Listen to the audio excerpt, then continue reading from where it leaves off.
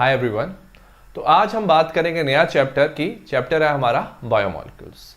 Biomolecules में याद रखना, सबसे पहले हम बात करेंगे कि बायोमोलिक्यूल्स क्या होते हैं। तो all living system composed of complex organic compounds.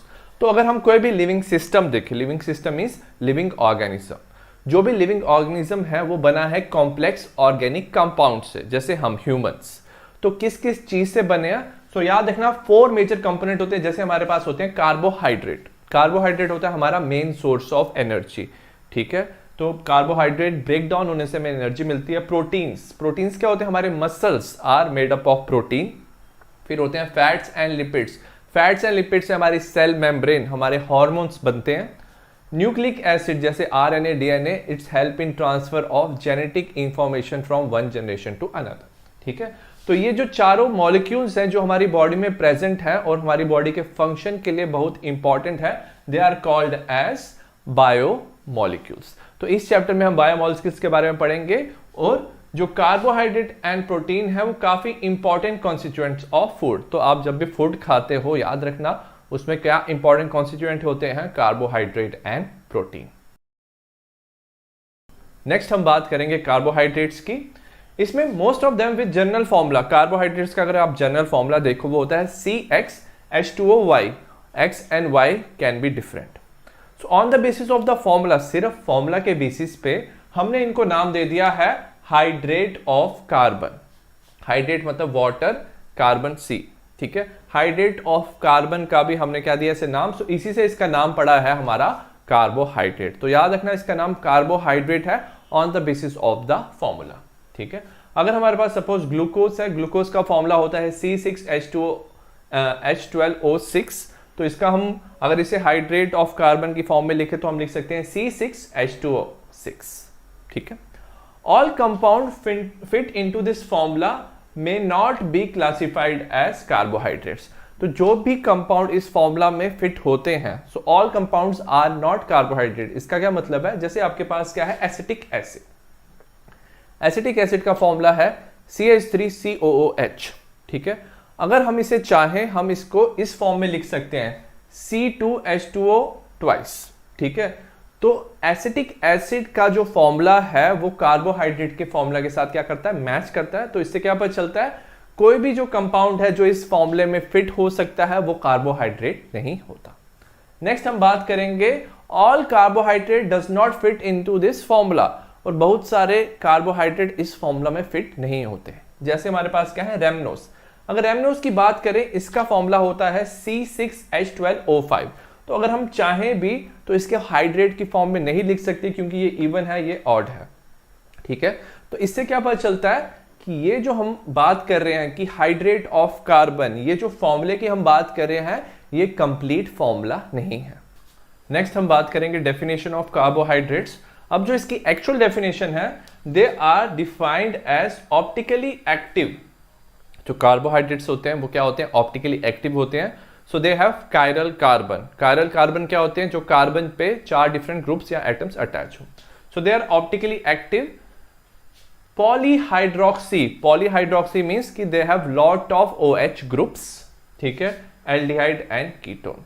तो याद रखना they are optically active. Polyhydroxy काफी इसमें OH ग्रुप होते हैं, या तो क्या हो सकता है OH के साथ एल्डिहाइड या कीटोन। और compound which produce such units on hydrolysis, या ऐसे यूनिट हाइड्रोलिसिस पे प्रोड्यूस होते हैं तो उन्हें भी हम क्या बोलते हैं? कार्बोहाइड्रेट, ठीक है।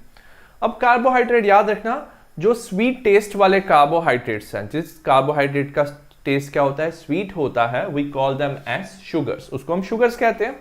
And carbohydrates are also known as saccharides. तो इनका एक और नाम है, we can also call them as saccharides. अगर हम बात करें कुछ इंपॉर्टेंट कार्बोहाइड्रेट्स की तो उसमें आता है हमारा glucose, fructose, sucrose, starch and ETC। So there are lot of carbohydrates are present in nature.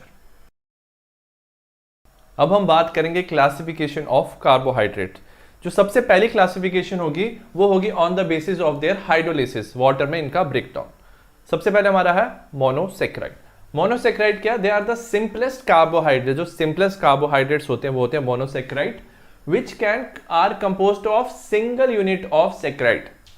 तो मोनो आपको पता है वर्ड से ही कि मतलब क्या है, there is only single unit of saccharide is present. इसका मतलब है कि अगर आप इस कंपाउंड की फर्दर हाइड्रोलिसिस करोगे, if you try to hydrolyse this compound further, you cannot get simpler unit of polyhydroxy aldehyde और कीटोन। तो आपको इससे ज्यादा सिंपल यूनिट नहीं मिलेंगे ऑन हाइड्रोलिसिस। तो याद रखना, मोनोसैकेराइड क्या होता है, जिसमें सिर्फ एक सैकेराइड यूनिट होता है और इसकी फर्दर हाइड्रोलिसिस हम नहीं कर सकते। ठीक है, next, it can consist up to 6 carbon atom. तो जो मोनोसैकेराइड्स होते हैं मोस्टली इसके नंबर ऑफ कार्बन कितने होते हैं, 6 होते हैं। और कुछ जो इंपॉर्टेंट हमारे क्या है मोनोसैकेराइड्स आर ग्लूकोज, फ्रक्टोज और राइबोस। नेक्स्ट हम बात करेंगे ओलिगोसैकेराइड्स की। ठीक है, oligosaccharides on hydrolysis give rise to 2 to 10 units. अगर 2 से 10 यूनिट ऑफ मोनोसैकेराइड आपको मिल जाता है तो उसे हम कंसीडर करते हैं अंडर ओलिगोसैकेराइड्स। ठीक है, ओलिगोसैकेराइड्स को हमने फर्दर डिवाइड किया हुआ है on the basis of number of monosaccharide units जो वो देते हैं। ठीक है, जैसे अगर ओलिगोसैकेराइड सिर्फ 2 यूनिट देता है मोनोसैकेराइड्स के, सिर्फ on hydrolysis it will give 2 units of monosaccharide, तो हम इसे बोलते हैं डाइसैकेराइड। अगर 3 यूनिट्स देता है ऑन हाइड्रोलिसिस ऑफ मोनोसैकेराइड तो इसे बोलते हैं हम ट्राइसैकेराइड्स। अगर 4 यूनिट देता है तो उसको बोलते हैं हम टेट्रासैकेराइड्स। तो वैसे penta hexa. So on the basis of number of monosaccharide unit released on hydrolysis इसका हम नाम देते हैं। ठीक है, जो सबसे कॉमन है वो हमारा है डाइसैकेराइड्स। ठीक है, तो डाइसैकेराइड सबसे कॉमन है, सबसे जो इंपॉर्टेंट है, जैसे हमारे पास है sucrose. Sucrose is also called as cane sugar. ठीक है, अगर सुक्रोज की हाइड्रोलिसिस करते हैं तो हमें मिलता है ग्लूकोज एंड फ्रक्टोज। सिमिलरली आपके पास क्या है, माल्टोज। जो माल्टोज है on hydrolysis give glucose plus glucose, तो 2 यूनिट ऑफ ग्लूकोज मिलते हैं फ्रॉम माल्टोज। नेक्स्ट हमारा है पॉलीसैकेराइड्स। पॉलीसैकेराइड आपको नाम से पता होना चाहिए। पॉलीसैकेराइड क्या होते हैं, they are made up of large number of monosaccharide unit on hydrolysis. जब आप इस कंपाउंड की हाइड्रोलिसिस करते हो तो लार्ज नंबर ऑफ मोनोसैकेराइड के यूनिट क्या होते हैं, रिलीज होते हैं। So they are polymers of monosaccharide. तो large number of monosaccharide unit बना के क्या बनाते हैं, पॉलीसैकेराइड। सबसे इंपॉर्टेंट हमारा स्टार्च, सेलुलोज एंड ग्लाइकोजन। तीनों याद रखना, ये तीनों किसके पॉलीमर हैं, ग्लूकोज के, बट इनका स्ट्रक्चरल अरेंजमेंट थोड़ा डिफरेंट होता है। जो स्टार्च है, स्टार्च हमारा किस में पाया जाता है, फूड में पाया जाता है। Cellulose is present in the cell wall. और ग्लाइकोजन याद रखना, ह्यूमंस में पाया जाता है, एनिमल्स में पाया जाता है। तो हमारी बॉडी में जो ग्लूकोज है it is stored in the form of glycogen. So that's why glycogen is also called as animal starch. इसकी जो कंपोजिशन है वो स्टार्च से मैच करती है। So glycogen is also called as animal starch. अब इंपॉर्टेंट बात क्या है, अगर आपने कुछ टेस्ट किया हुआ है सपोज स्टार्च, तो याद रखना they are not sweet in taste, ये स्वीट टेस्ट नहीं होता है इनका। So that's why polysaccharides are also called as non sugars. तो इनको हम नॉन शुगर्स भी कहते हैं। नेक्स्ट हम बात करेंगे classification on the basis of reducing character.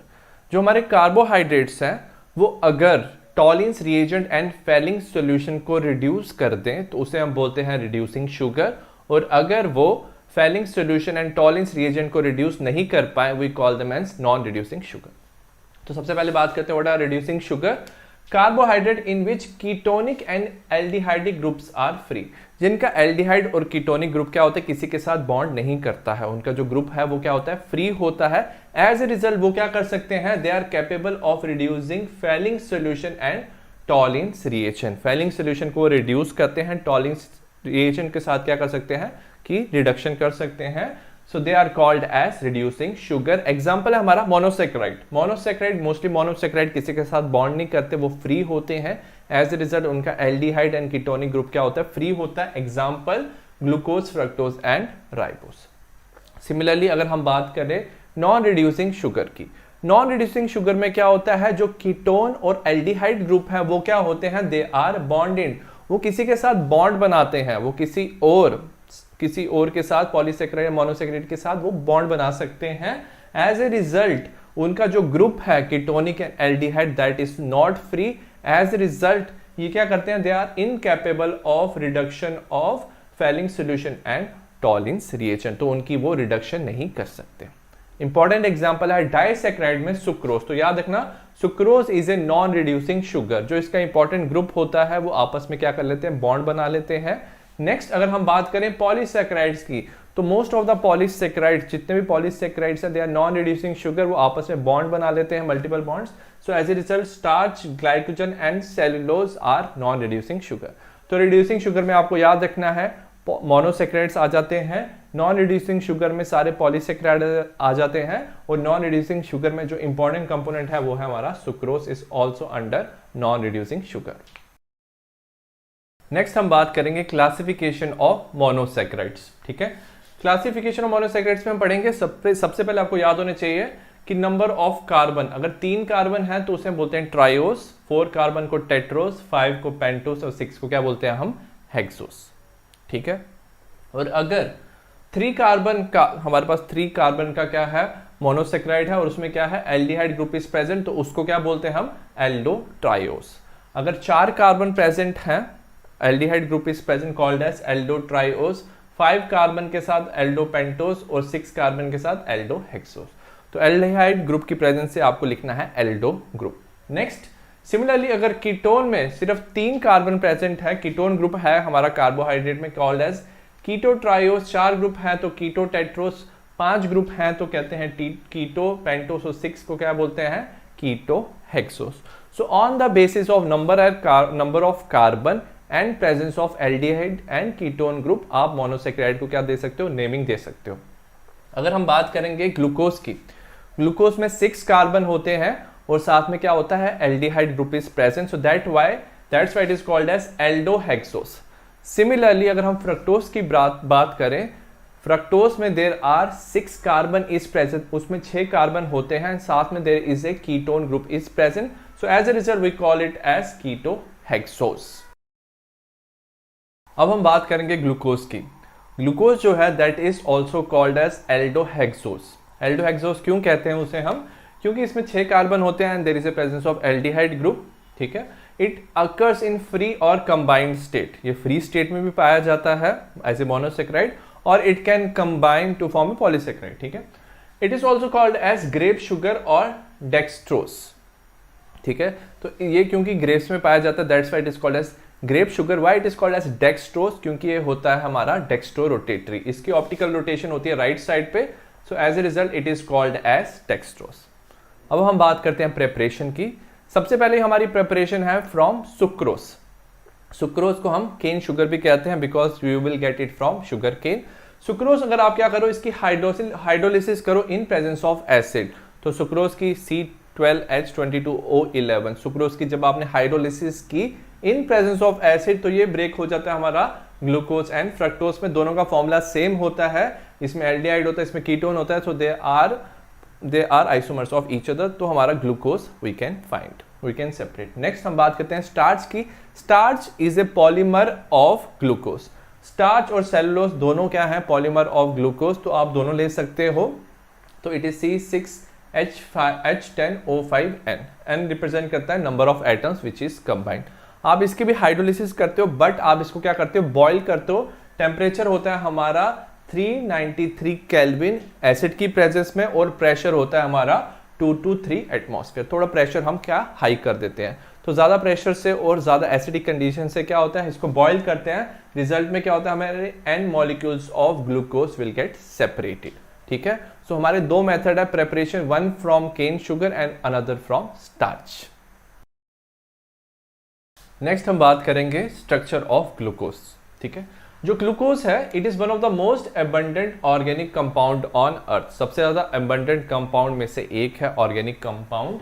It is used as a immediate source of energy for all the metabolic reaction. तो जितने भी ऑर्गेनिजम्स हैं, मोस्ट ऑफ द ऑर्गेनिजम्स में जो ग्लूकोज है वो ही क्या करता है, एनर्जी प्रोवाइड करता है. So it is A immediate source. तो सबसे पहले बॉडी में क्या ब्रेक होता है, ग्लूकोज का ब्रेकडाउन होता है, और उसी से क्या मिलती है, आपको एनर्जी मिलती है. ठीक है, अब जो ग्लूकोज है उसको हमने स्ट्रक्चर की बात कर रहे हैं. सो वी हैव उसको असाइन किया है structure on the basis of some evidence. ठीक है, मेंशन बिलो, उन एविडेंस की हम बात करेंगे. Evidence is nothing but chemical reaction. कुछ केमिकल रिएक्शन के बेसिस पे हमने उसको स्ट्रक्चर अलॉट किया. तो क्या स्ट्रक्चर अलॉट किया उसको हमने, हमें दिया हुआ है CHO, मतलब कि ग्लूकोज में क्या है, there is a presence of a aldehyde group CHOH4. इसका मतलब क्या कि 4 CHOH ग्रुप्स आर प्रेजेंट तो ये क्या होता है, जो ये OH है it is a secondary OH group. So 4 secondary OH group है और लास्ट में अगर आप देखोगे there is 1 primary OH group is present. ठीक है, तो on the basis of the evidence जो अभी हम बात करेंगे केमिकल रिएक्शन, ग्लूकोज में एक एल्डिहाइड ग्रुप होता है, there is presence of 4 OH group which is secondary and 1 primary OH group. और अगर आप नंबर ऑफ कार्बन देखोगे तो इसमें क्या होंगे, there is presence of 6 carbon. हम बात करेंगे स्ट्रक्चरल एविडेंस ऑफ ग्लूकोज की किस रिएक्शन से हमें पता चलता है कि ग्लूकोज का स्ट्रक्चर कैसा है। सबसे पहले हमें पता है जो ग्लूकोज का फॉर्मूला होता है वो होता है C6H12O6। ठीक है, जो हमारी सबसे पहली रिएक्शन है, सबसे पहली रिएक्शन होगी हमारी प्रेजेंस ऑफ स्ट्रेट चेन। हमें क्या पता करना है, हमारा पहला एविडेंस होगा कि जो ग्लूकोज के कार्बन है they are present in a straight chain. सबसे पहले हम रिएक्ट करते हैं विद HI। ठीक है, हम क्या करेंगे, ग्लूकोज को हीट करेंगे HI के साथ फॉर वेरी लॉन्ग पीरियड। तो काफी लॉन्ग पीरियड के लिए हम उसको क्या करेंगे, हीट करेंगे। काफी देर हीट करने के बाद क्या होगा, it result in formation of an hexane. ठीक है, तो ये हमारा एविडेंस स्ट्रक्चर है, ये हमने स्ट्रक्चर बनाया ग्लूकोज का। अगर हम इसे हीट करेंगे HI के साथ for very long period of time तो आपको क्या दिखेगा, इसने बना लिया हमारा एन हेक्सेन। ठीक है, और ये हमारे रिएक्शन क्या शो करता है, ये रिएक्शन शो करता है कि देयर आर 6 कार्बन। ठीक है, इसमें क्या है, 6 कार्बन प्रेजेंट है और 6 के 6 कार्बन क्या है, they are linked with each other in a straight chain. ठीक है, तो याद रखना reaction with HI will tell you कि 6 कार्बन है इसमें ग्लूकोज में प्रेजेंट और 6 के 6 कार्बन क्या है, they are linked with each other. Next हम बात करेंगे प्रेजेंस ऑफ कार्बोनाइल ग्रुप। ठीक है, तो इसमें हम 2 रिएक्शन करेंगे। सबसे पहली रिएक्शन हम ग्लूकोज की करेंगे हाइड्रोक्सल अमाइन NH2OH। तो अगर हम ग्लूकोज को hydroxyl amine which is NH2OH के साथ रिएक्ट करते हैं, याद रखना इसमें वाटर रिलीज हो जाता है and result in formation of a compound. इसमें क्या होता है, यहाँ पे oxygen get remove, double bond यहाँ नाइट्रोजन के साथ and OH is form. So this compound is called as oxime. तो इस कंपाउंड को बोलते हैं ग्लूकोज ऑक्साइन। सिमिलरली अगर आप ग्लूकोज को रिएक्ट करते हो HCN के साथ, HCN is hydrogen cyanide, hydrogen cyanide के साथ रिएक्ट करते हो तो याद रखना यहाँ पे क्या होता है, हमारा CN and OH will get attach to the carbon. ठीक है, तो इस कंपाउंड को बोलते हैं ग्लूकोज साइनोहाइड्रिन। अब इंपॉर्टेंट बात क्या है, ये जो रिएक्शन है this reaction is shown by the carbonyl group. और कौन से कार्बोनाइल ग्रुप ये रिएक्शन शो करते हैं, एल्डिहाइड और कीटोन। तो इससे हमें क्या पता चलता है, इस रिएक्शन से ग्लूकोज में क्या है, there is a presence of either aldehyde और there is a presence of ketone group. Last reaction में हमें पता चला था ग्लूकोज में एल्डिहाइडिक या कीटोनिक ग्रुप हो सकता है, बट ये जो नेक्स्ट रिएक्शन है ये हमें कंफर्म करती है कि ग्लूकोज में there is presence of aldehydic group. तो अगर आपने ग्लूकोज लिया है और उसको ऑक्सीडाइज किया है with weak oxidising agent like bromine water, तो अगर आप ब्रोमीन वाटर के साथ उसे ऑक्सीडाइज करते हो तो याद रखना ये जो ग्लूकोज है वो ऑक्सीडाइज हो जाता है, result in formation of gluconic acid. ठीक है, so on reaction with weak oxidising और mild oxidising agent like bromine water, glucose क्या होता है, ऑक्सीडाइज हो जाता है इन ग्लूकोनिक एसिड में। अब इंपॉर्टेंट चीज क्या है कि जो माइल्ड ऑक्सीडाइजिंग एजेंट है वो सिर्फ एल्डिहाइड को ऑक्सीडाइज कर सकते हैं, ना कि कीटोन को। तो इससे हमें क्या पता चलता है, जो ग्लूकोज है उसमें there is presence of aldehyde group. तो अगर आपके पास ग्लूकोज है ब्रोमीन वाटर के साथ रिएक्ट कर रहे हो तो याद रखना ये ऑक्सीडाइज होकर बना देता है हमारा carboxylic acid. As a result हमारा बन जाता है ग्लूकोनिक एसिड, और ग्लूकोनिक एसिड का बनना हमें क्या बताता है, confirmation of presence of aldehydic group, presence of 5 OH attach to the different carbon atom. तो अब हम बताएंगे कि 5 जो OH ग्रुप हैं वो ग्लूकोज में प्रेजेंट हैं और वो 5 डिफरेंट कार्बन के साथ अटैच है। इसके लिए हमने क्या किया, we did acylation of glucose with acetic anhydride. Glucose को एसिटिक एनहाइड्राइड के साथ हमने रिएक्ट किया और जैसे ही हमने रिएक्ट किया हमें क्या मिला, ग्लूकोज पेंटा एसिटेट। पेंटा एसिटेट क्या होता है, एस्टर बना आपका और 5 एस्टर के मॉलिक्यूल्स बने ग्लूकोज पे। अब इंपॉर्टेंट क्या चीज है कि अगर 5 एस्टर के मॉलिक्यूल्स बन रहे हैं फ्रॉम एसिटिक एनहाइड्राइड तो इसमें क्या होना चाहिए, there is presence of 5 OH group. तो ये जो रिएक्शन है, ग्लूकोज को आप एसिटिक एनहाइड्राइड के साथ रिएक्ट कर रहे हो तो हमारा क्या हो रहा है, एसिटाइलेशन हो रहा है। तो 5 पोजीशन पे यहाँ पे 4 पोजीशन, यहाँ पे 4 पोजीशन पे क्या हो रहा है, एसीटेट ग्रुप बन रहा है, तो हमारा बन रहा है ग्लूकोज पेंटा एसीटेट। अब साइंटिस्ट ने कैसे कंफर्म किया कि जो OH ग्रुप है वो एक कार्बन पे 2 ग्रुप नहीं प्रेजेंट है? तो क्योंकि ये जो कंपाउंड बना काफी स्टेबल कंपाउंड है। सपोज एक ही कार्बन पे 2 OH ग्रुप होते तो हमारे एक ही कार्बन पे there is presence of more than 1 acetate group, और वो रिएक्शन जो कंपाउंड होता वो होता अनस्टेबल। बट ये जो कंपाउंड बना ये काफी स्टेबल था। क्यों, कब ये कंपाउंड स्टेबल बन सकता है? कि जब हमारे पास क्या है, ऑल 5 कार्बन पे डिफरेंट क्या हो, OH ग्रुप्स आर प्रेजेंट। तो इससे हमें पता चल गया कि there is presence of 5 OH group. Next हम बात करेंगे कि ग्लूकोज में there is presence of only 1 primary alcoholic group. हमने लास्ट रिएक्शन में देखा था ग्लूकोज में 5 OH ग्रुप है, बट ये रिएक्शन हमें कंफर्म करती है कि जो एक OH ग्रुप है दैट इज प्राइमरी। अब आप क्या करोगे, आप ग्लूकोज लोगे या आप लोगे ग्लूकोनिक एसिड, दोनों लोगे आप, और दोनों को अगर आप रिएक्ट करोगे किसके साथ, कॉन्सेंट्रेटेड नाइट्रिक एसिड के साथ, तो क्या होता है, ऑक्सीडेशन होता है। और nitric acid is a strong oxidising agent. As a result क्या होता है, आपका डाइकार्बोक्सिलिक एसिड कंपाउंड बनता है, this is called as saccharic acid. अब इंपॉर्टेंट चीज क्या है, जो सेकेंडरी अल्कोहल है वो ये ऑक्सीडेशन शो नहीं करते। अगर हम यहाँ पे देखेंगे ग्लूकोनिक एसिड में यहाँ पे सिर्फ CH2OH था, यहाँ पे भी CH2OH था, ये दोनों कंपाउंड क्या हो गए, ऑक्सीडाइज हो गए, बट जो सेकेंडरी अल्कोहल थे वो ऑक्सीडाइज नहीं हो पाए। इनका ऑक्सीडेशन होना क्या शो करता है कि there is a presence of primary alcoholic group in the glucose. Next हम बात करेंगे कॉन्फ़िगरेशन ऑफ ग्लूकोज। सबसे पहले हम बात करेंगे फिशन प्रोजेक्शन फॉर्मूला से। अगर हम फिशन प्रोजेक्शन से बात करेंगे, हमने क्या बनाया है, यहाँ पे एक वर्टिकल लाइन बनाई है एंड हॉरिजॉन्टल रोस। ये जो वर्टिकल लाइन है इसका जो इंटरसेक्शन है वो क्या रिप्रेजेंट करता है, ये रिप्रेजेंट करता है एक कार्बन एटम को, ठीक है। और याद रखना ये जो हमारी वर्टिकल लाइन होती है, जैसे ये वाली पोजीशन और ये वाली पोजीशन, ये क्या होते हैं, they are below the plane, और यहाँ पे जो हॉरिजॉन्टल लाइंस होती हैं they are above the plane. तो आपको याद रखना है ये है फिशर प्रोजेक्शन फॉर्मूला। इसमें होता है CHO HOH OH H HOH HOH and CH2OH। अब जो ग्लूकोज की कॉन्फ़िगरेशन है उसे बोलते हैं हम D+ ग्लूकोज। जो नेचुरल शुगर ग्लूकोज हमें मिलता है that is called as D+ glucose. अब ये जो कैपिटल D है, याद रखना capital D is not optical activity, इसे हम बोलते हैं कॉन्फ़िगरेशन। और ये जो पॉजिटिव साइन है, positive sign will tell you कि ये डेक्स्ट्रो रोटेटरी है। तो ग्लूकोज नेचर में क्या होता है, dextro rotatory, that's why we call it as dextro sugar. अब ये इसकी डी कॉन्फ़िगरेशन कहां से आई, इसकी बात करते हैं। इसको हम क्या करते हैं, हम DNL कॉन्फ़िगरेशन को आप कैसे बताओगे, आप ग्लिसरॉल्डिहाइड से कंपेयर करोगे, ठीक है। आप क्या करोगे, ग्लिसरॉल्डिहाइड से कंपेयर। ग्लिसरॉल्डिहाइड का अगर आप ये कार्बन देखोगे, ठीक है, इस कार्बन पे क्या है, OH is on the right hand side, ठीक है, OH राइट हैंड साइड पे है। अगर हम इसकी मिरर इमेज देखेंगे तो OH क्या है, लेफ्ट हैंड साइड में, ठीक है।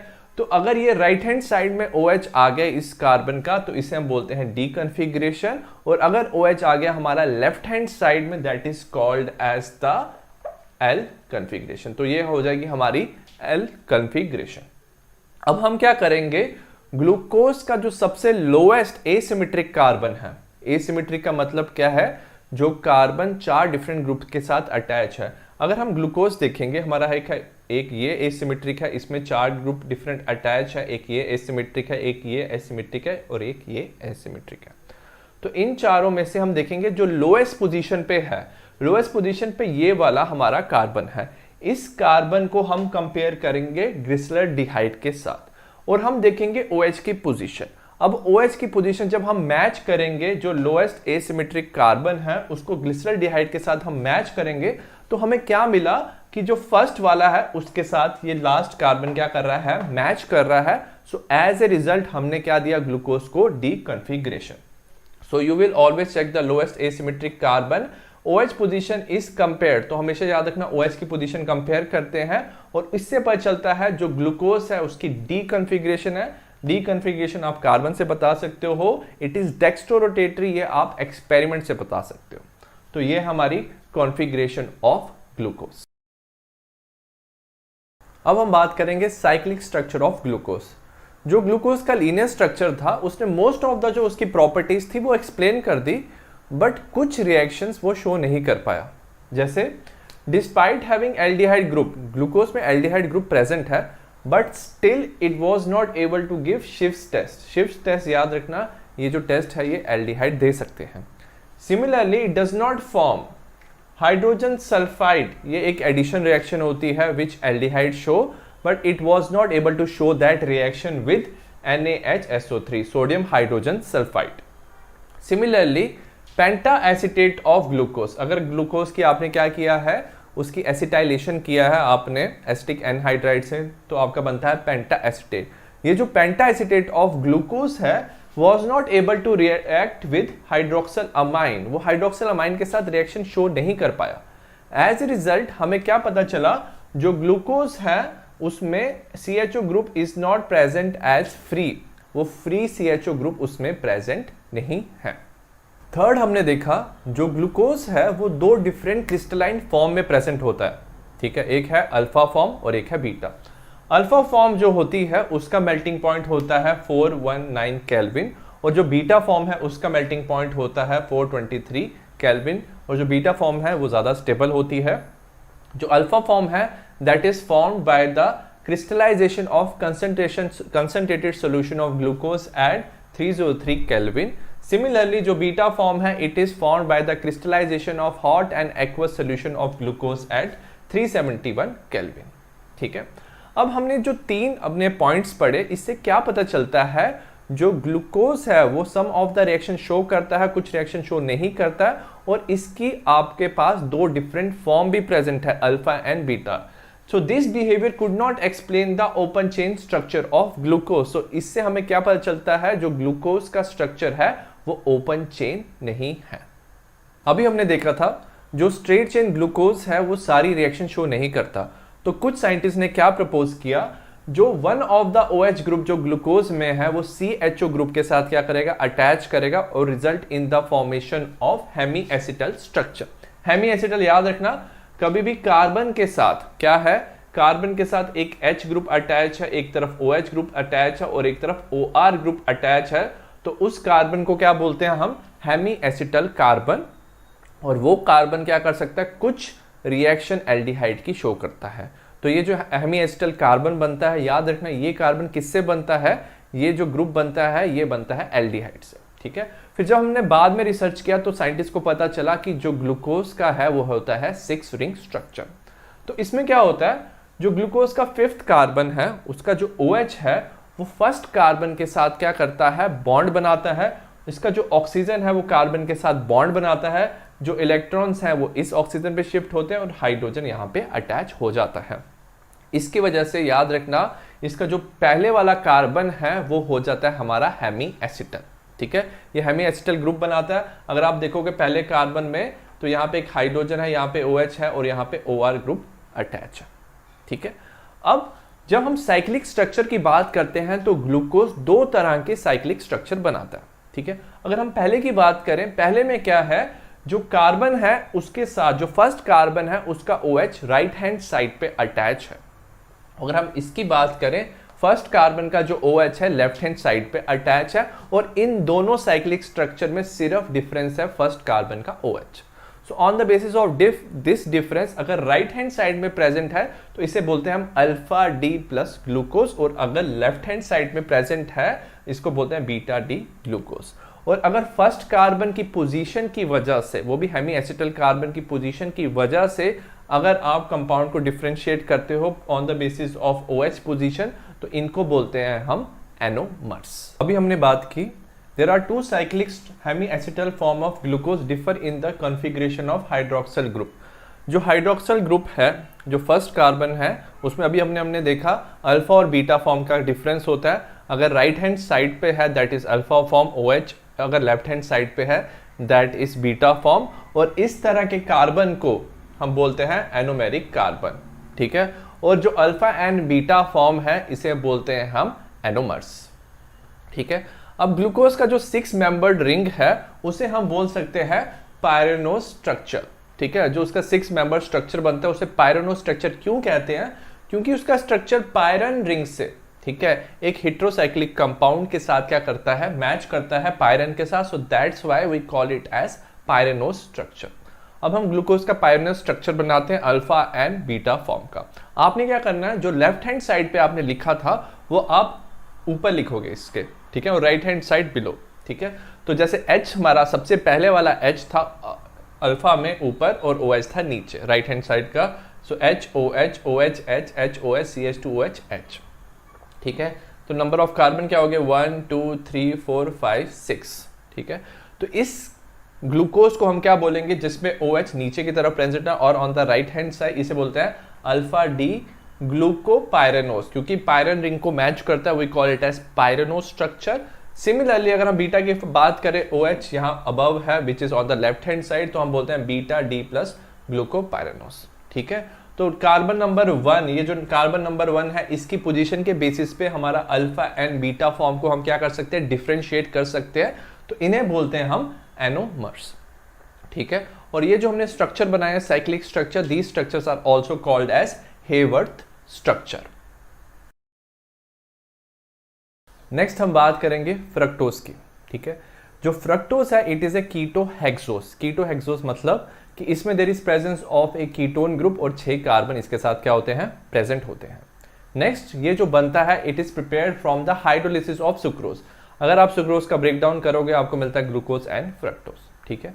अब इंपॉर्टेंट क्या है इसके स्ट्रक्चर में कि इसमें कीटोनिक कार्बन प्रेजेंट है but it is present on the second, ठीक है। जो कीटोनिक फंक्शनल ग्रुप है कीटोन है, सेकेंड कार्बन पे प्रेजेंट है। और अगर हम इसकी कॉन्फ़िगरेशन की बात करेंगे तो कॉन्फ़िगरेशन हम कैसे बताते हैं, जो लोएस्ट एसिमेट्रिक कार्बन है, इसका 5th कार्बन है लोएस्ट एसिमेट्रिक कार्बन, इसको अगर हम मैच करते हैं ग्लिसरॉल्डिहाइड के साथ तो याद रखना OH on the right hand side को बोलते हैं हम डी फॉर्म। तो ये हमारा डी फॉर्म, और जब हम इसकी ऑप्टिकल एक्टिविटी देखते हैं तो ये निकलता है हमारा laevo rotatory, it rotates on the left hand side, ठीक है। तो ये याद रखना, ये नेगेटिव साइन क्या होता है, लीवो रोटेटरी है, ठीक है। तो जो हमारा नेचुरल फ्रक्टोज है उसकी कॉन्फ़िगरेशन होती है डी नेगेटिव फ्रक्टोज। अब हम बात करेंगे cyclic structure of fructose. Fructose 2 cyclic structure बनाता है, एक अल्फा फॉर्म और एक बीटा फॉर्म, और ये जो इसकी फॉर्म होती है ये होती है 5 मेंबर्ड रिंग। अगर हमारे पास फ्रक्टोज है तो याद रखना इसका जो कार्बन नंबर 5th है उसका ऑक्सीजन कार्बन नंबर 2 के ऑक्सीजन कार्बन नंबर 2 के साथ क्या करता है, एक बॉन्ड बना देता है, जो इलेक्ट्रॉन्स है वो इस ऑक्सीजन पे शिफ्ट होते हैं और हाइड्रोजन इस ऑक्सीजन के साथ शिफ्ट हो जाते हैं, ठीक है। अब क्या होता है, इससे क्या हो सकता है, हमारा जो कार्बन है, ये वाला जो कार्बन है, इसमें क्या हो सकता है, जो OH है वो या तो राइट साइड पे हो सकता है या तो लेफ्ट हैंड साइड पे हो सकता है। तो ऑलरेडी हमने पढ़ा है जो कार्बन नंबर 1 है इसका अगर OH कहां पे है, if the OH is present on the right hand side, इसे बोलते हैं हम अल्फा फॉर्म, और अगर OH लेफ्ट हैंड साइड पे है we call it as beta form, और ये दोनों क्या हो जाते हैं हमारे एनोमर्स, ठीक है। तो ये एनोमर्स हो जाते हैं। तो फर्स्ट वाले का नाम आता है अल्फा डी नेगेटिव फ्रक्टोफ्यूरेनोस, क्योंकि फ्यूरॉन रिंग के साथ ये मैच करता है, और ये जो स्ट्रक्चर है and it is also called है second structure beta D negative fructofuranose, ठीक है।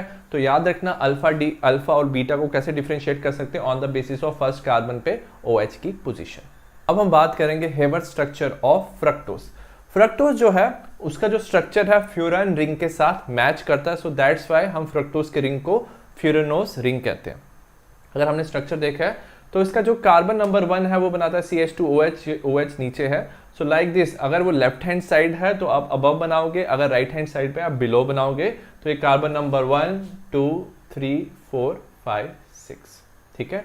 और याद रखना जो सेकेंड कार्बन है उसमें OH इज डाउन, नीचे की तरफ है और राइट हैंड साइड पे है, तो इसे हम बोलते हैं अल्फा डी नेगेटिव फ्रक्टोफ्यूरेनोस, ठीक है, अल्फा फॉर्म है। सिमिलरली अगर हम इसकी बात करें, ये जो कार्बन है इस पे OH अबव द है, यहाँ पे अबव है और it's on the left hand side, तो इसको बोलते हैं बीटा डी नेगेटिव फ्रक्टोफ्यूरेनोस, ठीक है। तो ये हमारा है alpha and beta structure of the fructose. अब हम बात करेंगे प्रोटीन की। जो प्रोटीन है they are the most abundant biomolecules. तो नेचर में सबसे ज्यादा क्या प्रेजेंट होता है, प्रोटीन। प्रोटीन हमारे मसल्स में भी होता है, हमारे एंजाइम्स भी बनाते हैं और हमारा सोर्स ऑफ फूड के भी प्रोटीन से ही बनता है। सो दैट्स वाई प्रोटीन काफी ज्यादा होता है हमारे नेचर में। नेक्स्ट अगर हम बात करेंगे what are the different sources of protein, आपको प्रोटीन कहां से मिलता है, तो याद रखना आपको प्रोटीन मिल सकता है मिल्क, चीज, पल्सेस, फिश, मीट एक्स्ट्रा, ठीक है। जो प्रोटीन है it is also a fundamental basis of structure and function of life. तो जो लाइफ की कॉन्टिन्यूएशन के लिए, स्ट्रक्चर और फंक्शन के लिए there is requirement of protein and it is also required for the growth and maintenance of body. तो हमारी जो फूड है, न्यूट्रिशन में भी इट इज वेरी इंपॉर्टेंट। अगर हम बात करें प्रोटीन की, ये डिराइव हुआ है from a word called as proteios. Proteios means primary और मीन्स प्राइमरी इंपॉर्टेंस, ठीक है। और अगर हम बात करेंगे प्रोटीन की, प्रोटीन एक पॉलीमर है, ठीक है, and it is made up of small units of alpha amino acid. तो ये जो प्रोटीन है ये अल्फा अमीनो एसिड से बना है। हमने अभी पढ़ा जो प्रोटीन्स हैं वो मोनोमर किससे बने हुए हैं, they are made up of amino acid. अब हम बात करेंगे स्ट्रक्चर ऑफ अमीनो एसिड। जो अमीनो एसिड है, अगर इसके नाम को देखें, इसमें एक group contain one group called as amino and another is called as carboxylic functional group. तो इसमें दो फंक्शनल ग्रुप होते हैं, एक होता है amino which is NH2 and one is carboxylic which is COOH। Depending upon the position of amino group, अगर आप अमाइनो ग्रुप की पोजिशन देखो with respect to the carboxylic group, amino acid can be classified as alpha, beta, gamma या delta, ठीक है। तो on the basis of position of COH, कि COH के साथ वाला जो कार्बन होगा उसे बोलेंगे अल्फा कार्बन। अगर अल्फा कार्बन के साथ अटैच है NH2 group, that is called as the alpha amino acid. अगर बीटा कार्बन के साथ, उसके नेक्स्ट वाले कार्बन के साथ अटैच अगर NH2 ग्रुप, तो that is beta amino acid. हमें अभी अभी पढ़ा था जो प्रोटीन्स हैं they are made up of alpha amino acids. तो हम इस चैप्टर में सिर्फ अल्फा अमीनो एसिड्स के बारे में बात करेंगे, ठीक है। तो अगर हम बात करें हमारे पास क्या है अमीनो एसिड का स्ट्रक्चर, एक तरफ क्या होता है, कार्बन के साथ NH2 ग्रुप होता है, that is amino group. On another side you have COOH group, this is carboxylic group. अब इंपॉर्टेंट क्या है कि ये जो कार्बन है, क्योंकि ये मेन फंक्शनल ग्रुप है, तो ये वाला कार्बन हो गया हमारा अल्फा कार्बन, और अल्फा कार्बन के साथ अमीनो ग्रुप अटैच है, so that's why it is called as alpha amino acid. तो ये जो हमने स्ट्रक्चर बनाया है ये है हमारा अल्फा अमीनो एसिड का स्ट्रक्चर, ठीक है। और याद रखना एक तरफ H अटैच है और एक तरफ there is attachment of R। ये जो R है it is not alkyl group, it is a side chain, ठीक है, एक साइड चेन है। It consist of different groups, elements और कंपाउंड्स। नेक्स्ट हम बात करेंगे नॉमेनक्लेचर ऑफ अमीनो एसिड। जो अमीनो एसिड है उनका जो मोस्टली नेम होता है that is given by the IUPAC system, but they are generally known by their trivial name. Trivial name क्या मतलब, जो उनका कॉमन नेम है, on the basis of that amino acids काफी जाने जाते हैं, ठीक है। और कैसे हमें उसका नाम दिया, on the basis of their source, कि आपने किस सोर्स से अमीनो एसिड एक्सट्रैक्ट किया, और प्रॉपर्टी ऑफ दैट कंपाउंड, कि आपकी जो कंपाउंड की क्या प्रॉपर्टी है, ठीक है। तो on the basis of the source कहां से आपने अट्रैक्ट किया है और जो अमीनो एसिड है उसकी क्या प्रॉपर्टी है। जैसे हमारे पास है ग्लाइसिन, ठीक है। जो ग्लाइसिन है एक अमीनो एसिड है, इसका नाम ग्लाइसिन क्यों पड़ा, क्योंकि इसका टेस्ट क्या होता है, sweet. So it has A sweet taste, और स्वीट जो है वो ग्रीक में बोलते हैं ग्लाइकोस। तो ग्लाइकोस से ग्लिसरीन नाम पड़ा है। सिमिलरली अगर हम बात करें टायरोसिन की, जो टायरोसिन है ये एक्सट्रैक्ट किया था चीज से, ठीक है। So it was extracted from the चीज, और ग्रीक में चीज को हम बोलते हैं टायरोस। तो चीज के नाम पे इसका नाम पड़ा है टायरोसिन, ठीक है। अब एक और चीज याद रखना, जो अमीनो एसिड्स हैं उसका अगर हम सिंबल की बात करें तो उसका जो फर्स्ट 3 अल्फाबेट है उसके नेम के, on the basis of that name हम उसका क्या देते हैं, सिंबल देते हैं। जैसे हमारे पास है ग्लाइसिन, ग्लाइसिन का GLY हमारा बनाएगा सिंबल ऑफ ग्लाइसिन, और एलानीन का ALA will form the symbol of alanine. Next हम बात करेंगे classification of amino acid on the basis of relative number of carboxylic and amino group. तो ऑन द बेसिस ऑफ कि कितने ज्यादा amino और कार्बोक्सिलिक ग्रुप प्रेजेंट है, हमने उसकी क्लासिफिकेशन की है। सबसे पहले हम बात करेंगे एसिडिक अमीनो एसिड। ऑलरेडी हमें पता है अमीनो एसिड के 2 ग्रुप होते हैं, एक अमाइनो होता है और एक कार्बोक्सिलिक ग्रुप। कभी भी अमीनो एसिड में ज्यादा कार्बोक्सिलिक ग्रुप है than the amino group, when it contain more carboxylic group than the amino group, तब हम उसे बोलते हैं एसिडिक अमीनो एसिड। एग्जांपल हमारे पास है aspartic acid and glutamic acid. तो याद रखना कि अगर एक अमीनो ग्रुप और एक एसिडिक ग्रुप क्या करते हैं, आपस में एक दूसरे को न्यूट्रलाइज करते हैं, एक बेसिक होता है एक एसिडिक होता है। तो जैसे हमारे पास है एस्पार्टिक एसिड, ग्लूटामिक एसिड, मैंने इसका स्ट्रक्चर बनाया ग्लूटामिक एसिड का। अगर आप ग्लूटामिक एसिड का स्ट्रक्चर देखोगे, इसमें जो R होता है, R इज CH2CH2COH। तो इसमें ओवरऑल क्या होता है, एक तो COH स्टार्टिंग में प्रेजेंट होता है and there is extra COH group is present. तो 2 COH group and 1 NH2 group is present in glutamic acid. As a result ये जो हमारे अमीनो एसिड हैं वो क्या हो जाते हैं, एसिडिक हो जाते हैं। नेक्स्ट अगर हम बात करेंगे neutral amino acid, neutral amino acid में क्या होता है, कार्बोक्सिलिक एंड अमीनो ग्रुप क्या होते हैं, सेम नंबर के होते हैं। एग्जाम्पल है हमारा एलेनिन एंड ग्लाइसिन। ग्लाइसिन सबसे सिंपल अमीनो एसिड है, इसका हमारा स्ट्रक्चर है NH2CH2COOH। ठीक है, तो अगर आप इसमें देखोगे तो एक CH2 ग्रुप NH2 ग्रुप है और एक COH group is present. As a result ये आपस में एक दूसरे को न्यूट्रलाइज कर लेते हैं, तो ये कंपाउंड बन जाता है हमारा न्यूट्रल। और लास्ट है हमारा basic amino acid. Basic amino acid में क्या होता है, there is extra amino group, एक एक्स्ट्रा अमीनो ग्रुप होता है देन द कार्बोक्सिलिक ग्रुप। ठीक है, जैसे हमारा है लाइसिन एंड अर्जिनिन। लाइसिन और अर्जिनिन दोनों क्या है, हमारे बेसिक अमीनो एसिड, क्योंकि इनके पास क्या एक्स्ट्रा अमीनो ग्रुप। और अगर मैं एग्जांपल की बात करूं लाइसिन की, तो इसमें क्या है NH2 एक यहाँ पे है, COH है, और साइड चेन में क्या है CH2,4NH2। तो एक्स्ट्रा NH2 होने की वजह से जो लाइसिन है वो क्या बन गया हमारा बेसिक इन नेचर। नेक्स्ट हम बात करेंगे essential and non essential amino acid. ठीक है, ये अनदर क्लासिफिकेशन है। एसेंशियल अमीनो एसिड क्या होते हैं, जो हमारी बॉडी में नहीं बनते अमीनो एसिड और हमें आउटर सोर्स से, आउटर फूड से ये अमीनो एसिड बॉडी में लेने पड़ते हैं। तो याद रखना these amino acids are very important. तो ओवरऑल हमारे अमीनो एसिड्स होते हैं 20, उनमें से जो 9 होते हैं they are essential amino acid. और आपको इनके नाम याद रखने हैं। इनका नाम है हमारा phenyl alanine, methionine, tryptophan, threonine, valine, isoleucine, leucine, lysine and histidine. तो ये जितने भी अमीनो एसिड्स हैं आपको इसके नाम याद रखने हैं। So all are called as essential amino acid. ठीक है, और बाकी जो रिमेनिंग अमीनो एसिड्स हैं वो अमीनो एसिड्स हमारी बॉडी में क्या होते हैं, they are formed inside our body. तो हमारी बॉडी में सिंथेसाइज्ड होते हैं। So that's why they are called as non essential amino acid. Next हम बात करेंगे प्रॉपर्टीज ऑफ अमीनो एसिड। जो अमीनो एसिड होते हैं वो होते हैं व्हाइट कलर के, they are crystalline, water soluble, और इनका जो मेल्टिंग पॉइंट होता है वो काफी क्या होता है, हाई होता है। अब याद रखना अमीनो एसिड में 2 ग्रुप प्रेजेंट होते हैं, क्योंकि इसमें क्या होता है acidic group and basic group. तो जो अमीनो एसिड है मोस्टली ये सॉल्ट की तरह एक्ट करता है। ठीक है, और इंपॉर्टेंट चीज क्या, अगर आपने अमीनो एसिड को एक्वस सॉल्यूशन में लिया है तो इसमें क्या होता है, transfer of proton. Transfer of proton होने की वजह से ये क्या शो करता है, न्यूट्रलाइजेशन।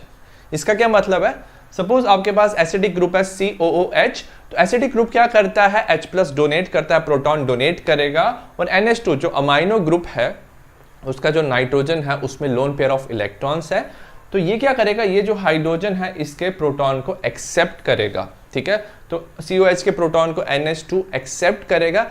एज ए रिजल्ट आपका कंपाउंड तो न्यूट्रल रहेगा, बट इसमें आ जाता है डाइपोलर आयन। डाइपोलर का मतलब क्या कि एक तरफ पॉजिटिव चार्ज और एक तरफ नेगेटिव चार्ज, तो आपको मिल जाता है NH3 पॉजिटिव, COO नेगेटिव। तो ये जो हमारी आयन बनती है अमीनो एसिड में with positive and negative charge, इसे बोलते हैं हम ज्विटर आयन। ठीक है, इसे ज्विटर आयन कहते हैं। और सबसे ज्यादा इंपॉर्टेंस क्या ज्विटर आयन की, कि ये क्या होता है, एम्फोटेरिक बिहेवियर होता है इसका। एम्फोटेरिक बिहेवियर का मतलब क्या है, जो ज्विटर आयन है can act with acid as well as base. तो एसिड और बेस दोनों के साथ ये क्या कर सकता है, रिएक्शन शो कर सकता है। अब हम बात करेंगे नेक्स्ट प्रॉपर्टी की। जो most of the amino acids हैं वो होते हैं optically active except glycine. So why it is so, अगर हम ग्लाइसिन में बात करेंगे, जो अल्फा कार्बन है इसमें देयर आर 2 हाइड्रोजन ग्रुप्स। तो एज ए रिजल्ट ये जो कार्बन है वो कायरल कार्बन नहीं होता, इट इज नॉट एसिमेट्रिक, तो ये ऑप्टिकली एक्टिविटी नहीं शो करता है। और अगर हम इसके बाद वाले अमीनो एसिड लें, जैसे हमारे पास क्या है एलानिन, एग्जांपल एलानिन की, तो इसमें इस कार्बन के साथ क्या 4 डिफरेंट ग्रुप्स अटैच हैं, तो ये हो जाएगा हमारा asymmetric carbon. As a result ये कंपाउंड क्या हो जाएगा, ऑप्टिकली एक्टिव। तो याद रखना alanine is non optically active amino acid. अब हम बात करेंगे जो अमीनो एसिड है उनकी क्या होती है, एल कन्फिग्रेशन। कन्फिग्रेशन हमेशा याद रखना, आप कैसे कंपेयर करते हो, you will compare configuration with the glyceraldehyde, glyceraldehyde से कंपेयर करते हो तो ये ग्लिसरॉल्डिहाइड का मॉलिक्यूल है, इसमें क्या है OH जब राइट साइड पे होता है, so when OH is on the right side तो हम इसे क्या बोलते हैं डी फॉर्म, अगर OH is on the left side तो हम इसे बोलते हैं एल फॉर्म। तो अमीनो एसिड में OH की जगह हम NH2 को चेक करते हैं। तो अमीनो एसिड में क्या होता है, जो NH2 ग्रुप है that is present on the left side, तो अगर राइट साइड पे होगा तो दैट इज डी फॉर्म। तो लेफ्ट साइड में होने की वजह से जो नॉर्मल अमीनो एसिड होती हैं उनकी क्या कॉन्फ़िगरेशन होती है, they have L configuration. Next हम पढ़ेंगे स्ट्रक्चर ऑफ प्रोटीन। जो प्रोटीन है वो बनता है हमारा अल्फा अमीनो एसिड से, ये ऑलरेडी हमने पढ़ा है। तो सपोज आपके पास है दो अल्फा अमीनो एसिड जैसे है ग्लाइसिन और एलानिन। ग्लाइसिन में याद रखना R की जगह H होता है जो साइड चेन है, और यहाँ पे जो साइड चेन होता है हमारा वो होता है हमारा CH3। तो जो ग्लाइसिन एंड एलानिन है वो आपस में कैसे बॉन्ड बनाएंगे, तो एक जो अमीनो एसिड है उसका COH ग्रुप और दूसरे अमीनो एसिड का NH2 ग्रुप आपस में दोनों बॉन्ड बनाते हैं एंड क्या करते हैं, वाटर रिलीज करते हैं। ठीक है, वाटर रिलीज होता है, एज ए रिजल्ट हमारा जो बॉन्ड है ये बन जाता है C double bond O and NH। तो ये जो दो अमीनो एसिड को बॉन्ड जो जोड़ता है, this bond is called as peptide linkage. तो याद रखना C double bond O and NH is called as peptide linkage, और इसे भी हम क्या बोल सकते हैं, पेप्टाइड बॉन्ड। तो ये पेप्टाइड बॉन्ड भी होता है। ठीक है, तो याद रखना ये ग्लाइसिन था, एलानिन था, तो इसका जो कंपाउंड का नाम हो गया ये हो गया हमारा ग्लाइसल एलानिन। इसको हम लिख सकते हैं GLY/ALA। अब इसमें इंपॉर्टेंट क्या चीज याद रखनी है कि जब भी दो अमीनो एसिड कंबाइन करते हैं, so whenever two amino acid combine, तो उसे हम क्या बोलते हैं, we call them as dipeptide. तो ये जो था हमारा कंपाउंड जिसमें दो अमीनो एसिड कंबाइन हुए हैं, so that is called as dipeptide. अभी हमने देखा था जब दो अमीनो एसिड कंबाइन करते हैं उसे बोलते हैं हम डाइपेप्टाइड। सिमिलरली तीन अमीनो एसिड जब कंबाइन करते हैं उसे बोलते हैं ट्राइपेप्टाइड, 4 करते हैं तो टेट्रापेप्टाइड, 5 करते हैं तो पेंटापेप्टाइड, 6 करते हो तो हेक्सापेप्टाइड। तो on the basis of number of amino acid combine हम उसका नाम दे सकते हैं। और अगर 10 से ज्यादा अमीनो एसिड कंबाइन है, so if amino acids are more than 10, तब हम इसे क्या बोलते हैं, पॉलीपेप्टाइड। ठीक है, इसे पॉलीपेप्टाइड कहते हैं। अब याद रखना हम पॉलीपेप्टाइड को प्रोटीन तब कहते हैं when polypeptides are more than hundreds of amino acid. जब hundreds of amino acid combine करते हैं और उनका जो मॉलिक्यूलर मास है वो 10,000 U से भी ज्यादा हो, 10,000 U मींस यूनिफाइड मास से भी ज्यादा मॉलिक्यूलर मास हो जाए, तब हम उसे क्या बोल सकते हैं, प्रोटीन। ठीक है, बट इसका यह मतलब नहीं है कि कम मॉलिक्यूलर मास वाले प्रोटीन नहीं हो सकते। कुछ ऐसे भी हमारे पास पॉलीपेप्टाइड है जिसमें क्या है, there are less amino acid, amino acid उसमें कम है, बट उनका जो अरेंजमेंट है, they have a very particular arrangement, they have a very well defined conformation. तो उनका जो स्ट्रक्चर है it is very well defined, वो एक प्रॉपर फंक्शन करते हैं, तो हम उन्हें भी क्या बोल सकते हैं, प्रोटीन। जैसे हमारा क्या है, इंसुलिन। इंसुलिन में होते हैं हमारे 51 अमीनो एसिड। तो जो प्रोटीन्स होते हैं या तो उनका हायर मास होता है, नॉर्मल केस में हायर मास होता है, number of amino acids are very high, उनको प्रोटीन कहते हैं। यहाँ तो क्या हो सकता है, उनका नंबर कम है बट उनका एक प्रॉपर कन्फर्मेशन है। ठीक है, कन्फर्मेशन उनका प्रॉपर होता है, तो उनको भी हम क्या बोल सकते हैं, प्रोटीन। नेक्स्ट हम बात करेंगे क्लासिफिकेशन ऑफ प्रोटीन। प्रोटीन को हमने क्लासिफाई किया on the basis of molecular shape. दो तरह के प्रोटीन हो सकते हैं, एक होता है फाइब्रस और एक हो सकता है ग्लोबुलर, फाइब्रस एंड ग्लोबुलर। अगर आप इनके नाम ही देखो, fibrous means it has a fibre shape, globular means it has a round shape. ठीक है, तो फाइब्रस प्रोटीन मतलब when polypeptide chain run parallel to each other, जो पॉलीपेप्टाइड की चेन्स होती है वो क्या होती है, एक दूसरे से पैरेलल होती है, then there is formation of fibrous protein. और अगर पॉलीपेप्टाइड की चेन क्या हो, एक दूसरे से क्या हो, कॉइल्ड हो, अगर वो कॉइल्ड फॉर्म में हो then it is called as globular protein. अगर हम इनके बॉन्डिंग की बात करें, इन दोनों में same type of bondings are present. क्या बॉन्डिंग प्रेजेंट होती है इनमें, hydrogen bonding disulphide bond, hydrogen and disulphide bond present in both of them. अगर हम सॉल्युबिलिटी की बात करें, it is very important point, जो फाइब्रस प्रोटीन है they are not soluble, they are insoluble in water, whereas globular protein जो होते हैं वो वाटर में क्या होते हैं, सॉल्युबल होते हैं। अगर हम नॉर्मल एग्जांपल की बात करें, जैसे कैराटिन हमारे नेल्स और हेयर में प्रेजेंट होता है, it is also present in wool. तो जो हमारे याद रखना बिकॉज ऑफ केराटिन प्रोटीन जो हमारे हेयर है it is insoluble in water, तो केराटिन इज इनसॉल्युबल। सिमिलरली हमारे जो मसल्स है वो मायोसिन प्रोटीन, एक्टिन और मायोसिन से मसल्स बनते हैं और हमारे muscles does not dissolve in water. Similarly अगर हम बात करें ग्लोबुलर प्रोटीन के, तो हमारे जो भी ब्लड में डिसॉल्व्ड प्रोटीन होता है that is a globular protein. कौन कौन से कंपोनेंट हो सकते हैं ब्लड के, जैसे एल्ब्यूमिन, इंसुलिन, इंसुलिन एक हार्मोन है, इंजाइम्स, जो भी इंजाइम्स हैं all comes under globular protein and they are dissolve inside the blood. अब हम बात करेंगे structure and shape of protein on the basis of 4 different level. जो प्रोटीन है वो उनके 4 डिफरेंट लेवल हो सकते हैं। सबसे पहला लेवल है उसे बोलते हैं हम प्राइमरी स्ट्रक्चर ऑफ प्रोटीन। जो प्राइमरी स्ट्रक्चर ऑफ प्रोटीन है उसमें याद रखना 1 और मोर पॉलीपेप्टाइड चेन्स क्या हो सकती हैं, प्रेजेंट हो सकती हैं। और जो ईच पॉलीपेप्टाइड चेन है they have large number of amino acid in a specific sequence. तो इंपॉर्टेंट क्या चीज है कि जो भी सीक्वेंस होगी अमीनो एसिड्स की, ठीक है, ये जो सीक्वेंस होगी अमीनो एसिड की ये एक पर्टिकुलर सीक्वेंस होगी, ठीक है।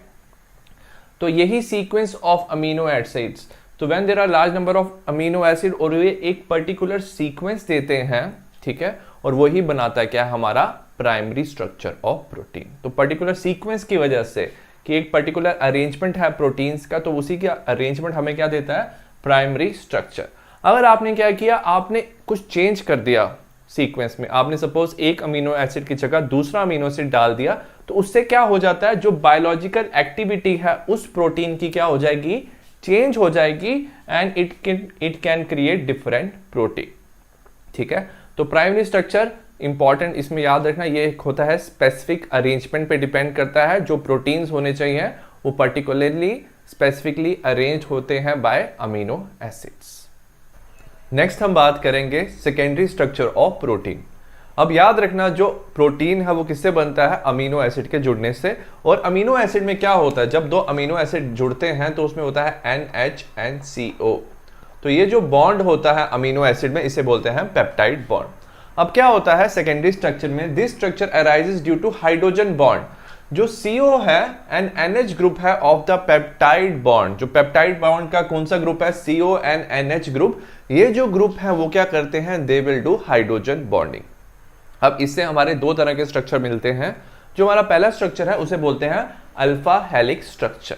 Alpha helix structure is form by twisting with right hand helix. Right hand helix का मतलब क्या होता है, अगर हम बात करें राइट हैंड हेलिक्स का, कि अगर आप हाथ को राइट हैंड को आप रोटेट करोगे तो स्ट्रक्चर कुछ ऐसे बनेगा, ठीक है। So it will rotate like this. अब इसमें क्या होता है कि when NH group of each amino acid unit is hydrogen bonded to CO of another amino acid present at the adjacent turn of helix. तो सपोज यहाँ पे amino acids present है, ठीक है, और इनके जो ग्रुप्स होते हैं NH एंड CO, वो ग्रुप्स क्या होते हैं, फ्री होते हैं। जैसे इसने टर्न किया तो क्या होगा, CO of 1 amino acid, 1 amino acid का जो CO है वो क्या करेगा, NH of another amino acid present at the adjacent turn, जो दूसरी टर्न पे क्या अमीनो एसिड प्रेजेंट है उसके NH के साथ ये CO क्या करेगा, हाइड्रोजन बॉन्ड बनाएगा। एज ए रिजल्ट जितने भी अमीनो एसिड हैं वो एक दूसरे के साथ क्या बनाते हैं, टर्न वालों के साथ क्या बनाते हैं, हाइड्रोजन बॉन्ड बनाते हैं। और ये जो हाइड्रोजन बॉन्ड टर्न पे बनता है उसी की वजह से याद रखना क्या बनता है, हमारा alpha helix structure of protein. अब जो हमारा है second type of secondary structure, याद रखना सेकेंडरी स्ट्रक्चर 2 तरह के होते हैं, एक होता है अल्फा हेलिक्स और दूसरा जो होता है उसे बोलते हैं बीटा प्लेटेड शीट स्ट्रक्चर। इसमें क्या होता है, जो पेप्टाइड्स होते हैं, पॉलीपेप्टाइड्स होते हैं, वो क्या होते हैं, काफी they are stretched. So all peptide chain are stretch out to the maximum extension. तो पेप्टाइड चेन्स क्या होते हैं, दे हैव स्ट्रेच्ड आउट। और याद रखना अल्फा हेलिक्स में सिर्फ देयर इज 1 चेन, जो एक ही चेन है जो राइट हैंड फैशन में है, वो अपने आपस में क्या करते हैं, हाइड्रोजन बॉन्डिंग।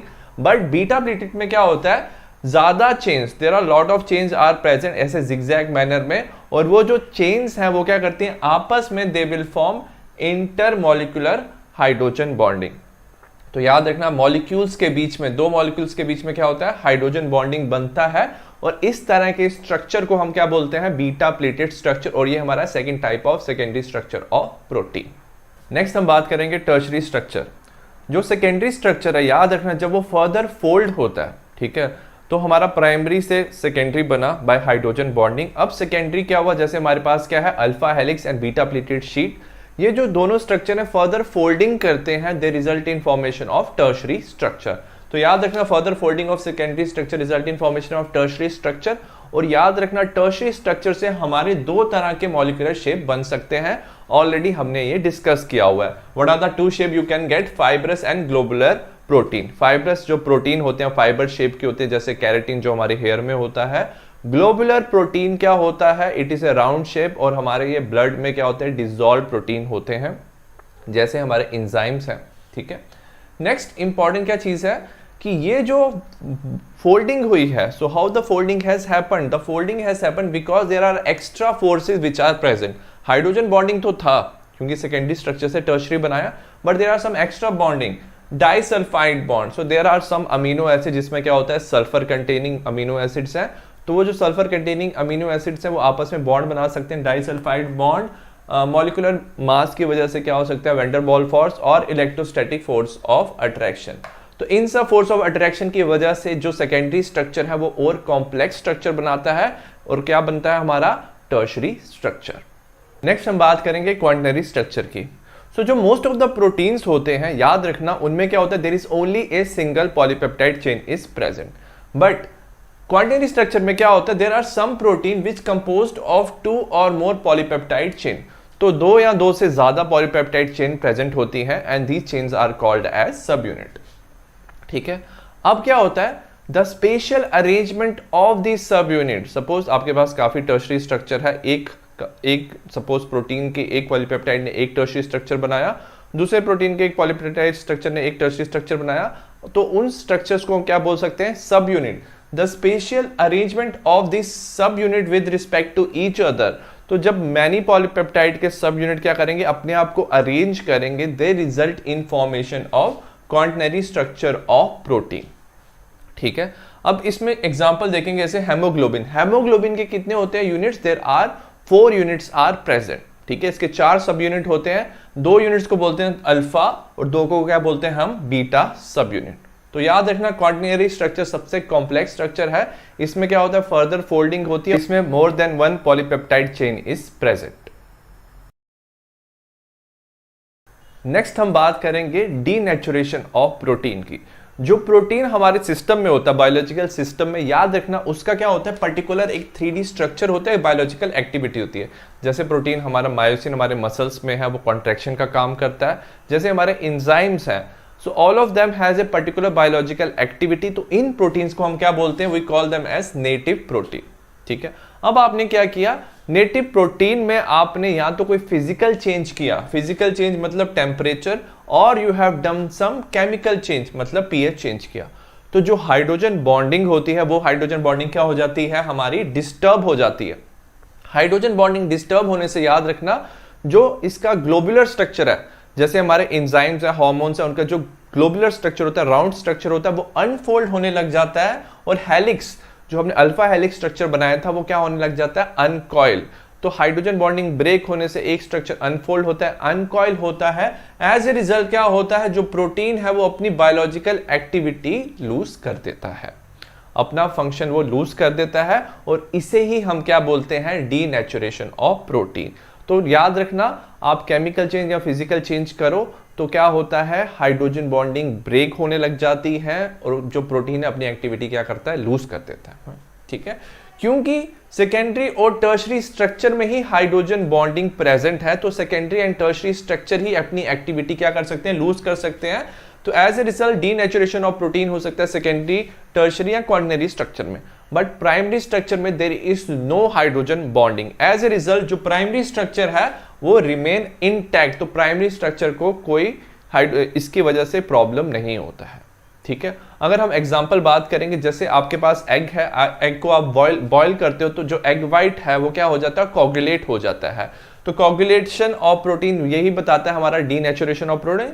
सिमिलरली अगर हम बात करें कर्डलिंग ऑफ मिल्क, जो मिल्क है उसको आप कर्ड में कन्वर्ट करते हो तो याद रखना लैक्टिक एसिड बनता है बाय द बैक्टीरिया। ठीक है, वो जो लैक्टिक एसिड के बनने से याद रखना क्या होता है हमारा कोगुलेशन ऑफ द मिल्क। तो ये जो दोनों हमारे प्रोसेस है, इन दोनों में क्या हो रहा है, कोगुलेशन ऑफ एग या कर्डलिंग ऑफ मिल्क, दोनों में क्या हो रहा है हमारा, एक में टेम्परेचर चेंज हो रहा है, एक में पीएच चेंज हो रहा है, और जो हमारा प्रोटीन है वो अपनी बायोलॉजिकल एक्टिविटी क्या कर रहा है, लूज कर रहा है। अब हम बात करेंगे न्यूक्लिक एसिड की। आपको पता होना चाहिए जो न्यूक्लियस है वो किस लिए रिस्पॉन्सिबल होता है, ट्रांसमिशन ऑफ इनहेरिट कैरेक्टर।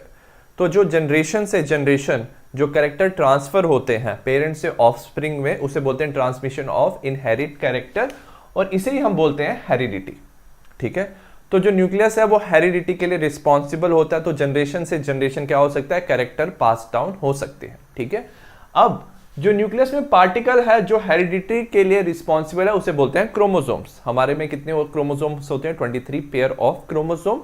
तो क्या होता है, पेरेंट्स से जो चिल्ड्रन है उनमें वो क्या होते हैं, क्रोमोसोम्स आर ट्रांसफर्ड। अब ये जो क्रोमोसोम्स है वो किसके बनते हैं, याद रखना, chromosomes are made up of protein and another type of biomolecules. तो एक तरह के बायोमोलिक्यूल्स से बनते हैं और उन बायोमोलिक्यूल्स को हम कहते हैं न्यूक्लिक एसिड। ठीक है, तो दो तरह के न्यूक्लिक एसिड होते हैं, एक होता है हमारा DNA and another is called as RNA. DNA is also called as deoxyribonucleic acid and RNA is called as ribonucleic acid. अब हम बात करेंगे chemical composition of nucleic acid. जो न्यूक्लिक एसिड है it's a polymer of nucleotides. तो nucleic acid किससे बना हुआ है, न्यूक्लियोटाइड से बना हुआ है, so that's why nucleic acids are also called as polynucleotides.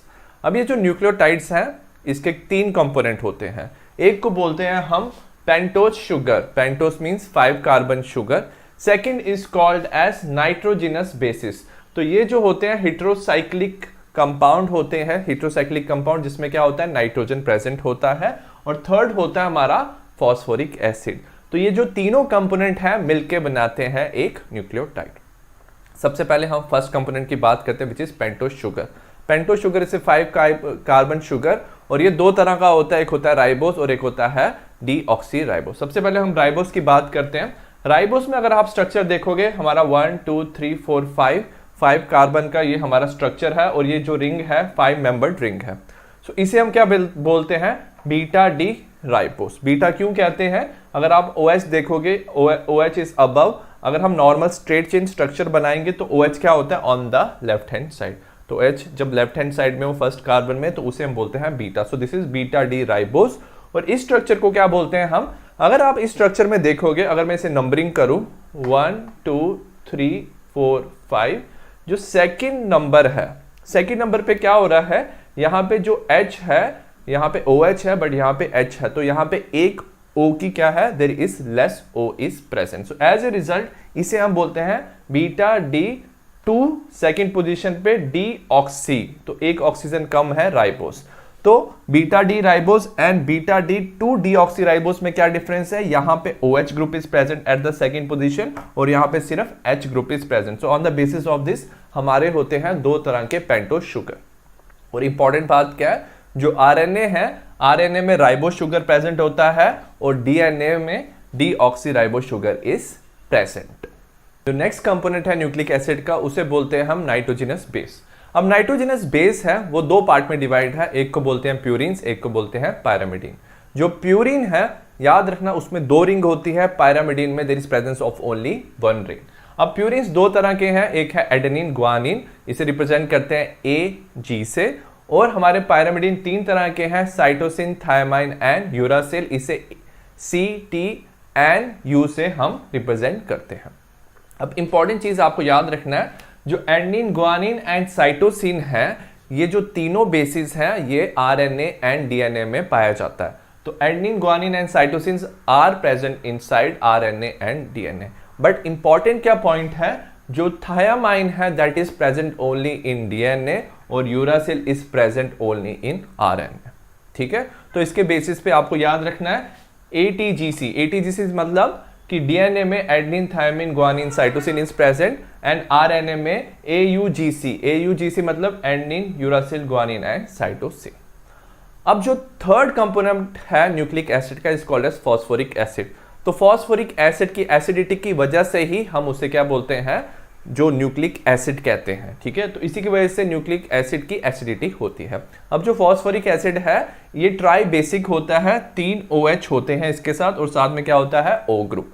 अगर जब बॉन्डिंग होती है तो याद रखना न्यूक्लियोटाइड फॉर्मेशन में क्या होता है, ये जो H ग्रुप है वो क्या करते हैं, मीडियम को एसिडिक कर देते हैं और ये रिमूव हो जाते हैं।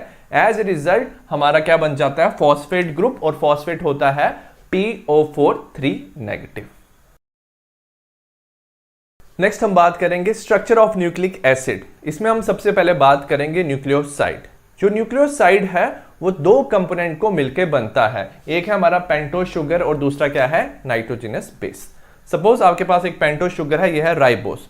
अब याद रखना इसकी जो हम नंबरिंग करते हैं इसे बोलते हैं, मोस्टली हम इसे करते हैं 1 2 3 4 5, बट जब हम इसे बेस इसके साथ अटैच करते हैं तो हम इसकी नंबरिंग चेंज कर देते हैं, हम बोलते हैं 1 prime 2 prime 3 prime 4 prime 5 prime, ठीक है।